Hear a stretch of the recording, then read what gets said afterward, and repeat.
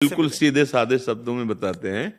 जैसे मुगल सराय से ट्रेन चली और मथुरा स्टेशन आई, तो आपको मथुरा में बैठना पड़ेगा या मुगल सराय जाना पड़ेगा?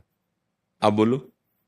अगर जहां इस ट्रेन मिली ना वहीं बैठ गए ना, तो आप हमारी ट्रेन को क्यों देखते हो, कहां से बनी और कहां से चली? अब आपको वृंदावन में मिल गई ना, यहीं से बैठ जाओ, निकल चलो, यहीं से बैठ जाओ। अब तुम उसको पीछे क्यों सोचो? अब जहां बैठे हो यहीं से बैठ जाओ, यहीं से बैठ जाओ। अर्थात हमारी बात मान लो। तात स्वर्ग अपवर्ग सुख धरी तुला एक अंग, तूल न ताहि सकल मिल जो सुख लव सत्संग। क्यों कहा गया ये कि लव मात्र के सत्संग से बात बन जाएगी। जो स्वर्ग में सुख नहीं है, जो मोक्ष में सुख नहीं है, जो लौकिक मृत्यु लोक में सुख नहीं, वो संत संग में सुख है। क्या वो एक क्षण में वो आपको वस्तु दे देंगे जो जीवन भर कमाया है? आप संतों के हृदय को नहीं जानते, उसका महत्व तो नहीं जानते।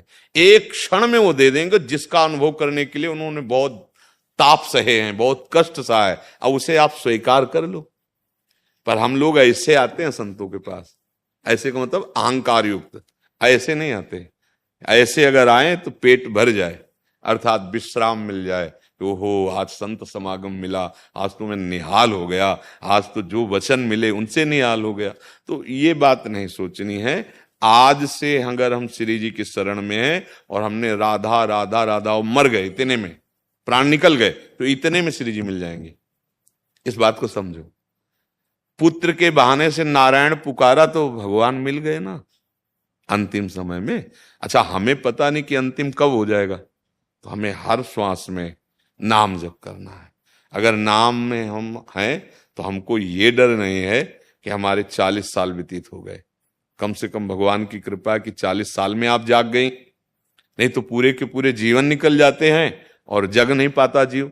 आज जग गई, अब जितनी श्वासें बची हैं उनमें सावधानी पूर्वक गंदे आचरणों का त्याग, गंदी बातों के चिंतन का त्याग, गंदे दृश्य देखने का त्याग और सबकी सेवा का भावना, जो परिवार के या जो अतिथि आज, और नाम जप और भगवत अंदर से आश्रय, भगवत आश्रय। इसी जन्म में जितना समय बचा है उतने में भगवत प्राप्ति हो जाएगी। पक्का समझो, बात पर विश्वास कर लो। आखिरी श्वास जो होती फाइनल उसी का हो जाता है। जैसे हमें फोटो खिंचवा लें और ऐसे किया तो ऐसे आ जाएगी ना।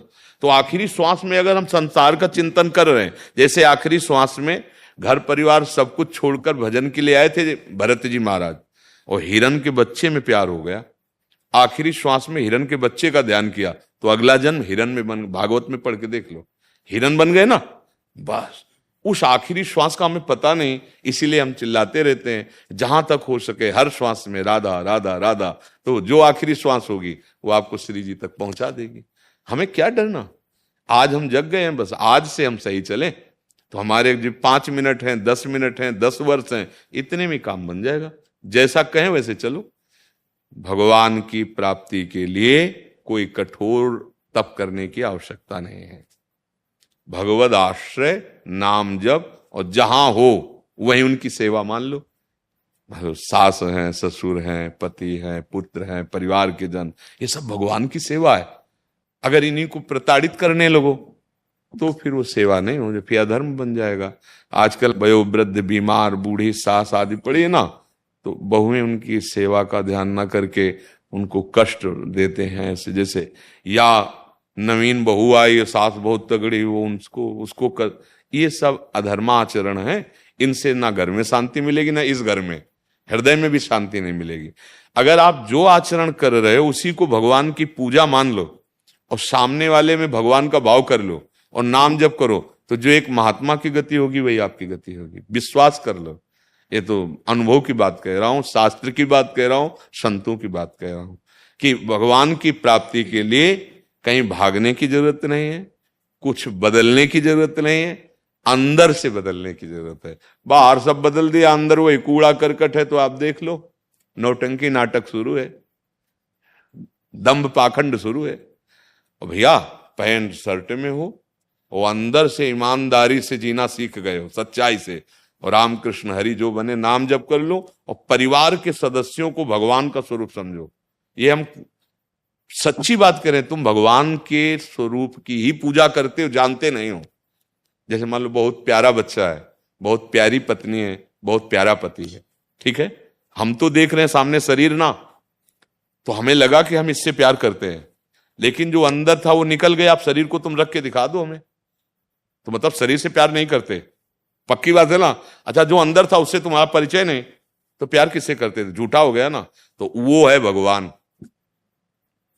अभी से मानने लगो, पति में भगवान, पत्नी में भगवान, पुत्र में भगवान, समाज, अभी काम बन जाए। पक्की बात वही है, बिजली वही है, सब में बिजली वही, यंत्र अलग अलग है, उनका प्रभाव अलग अलग है, नहीं, बिजली एक है। अगर मान लो, लोग इस बात को मान नहीं पा रहे, वो राक्षस है भगवान कैसे हो सकता है? भैया गड़ासे में भी बिजली होती है, वो चाहे चारा आवे, चाहे किसी का हाथ आवे, चाहे किसी की गर्दन आवे, उसका काम काटना, बिजली गड़ासे में है ना।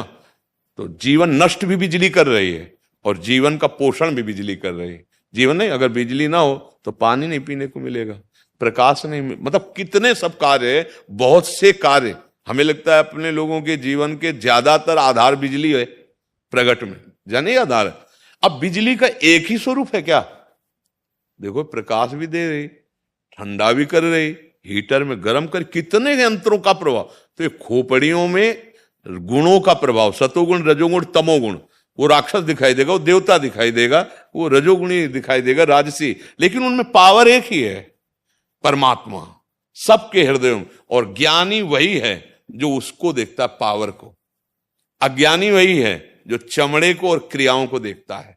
बस बात इतनी समझ ली है, और अगर ये बात आप समझ गए तो पैंट शर्ट में महात्मा हो।